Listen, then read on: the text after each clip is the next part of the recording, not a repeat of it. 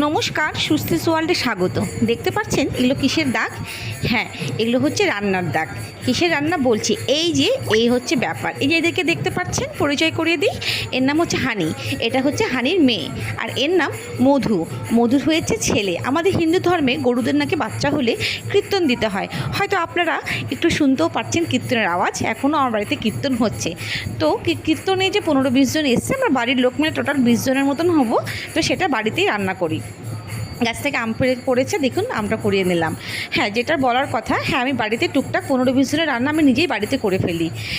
অনেকেই পার্লারে এসে বলে যে, যখন স্কিন দেখে যখন বলি যে তোমার একটা ফেসিয়াল করতে হবে বা কিছু, স্বাভাবিক, আর পার্লার আছে তো একটুখানি তো বলতেই হবে, হ্যাঁ আমাদের কর্তব্য।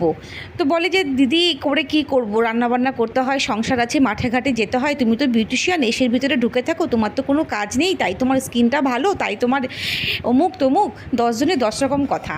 তো তাদের জন্য বিশেষ করে বলছি যে আমি পার্লারে এসের ভিতরে ঢুকে থাকি না, রান্নাবান্না বাড়ির কাজটা আমিও করি। হ্যাঁ, সম্পূর্ণটা নিজের উপর। রান্নাবান্না করি, মাঠে ঘাটে যাই, তো কী হচ্ছে, নিজের কেয়ার নিজে নিব না?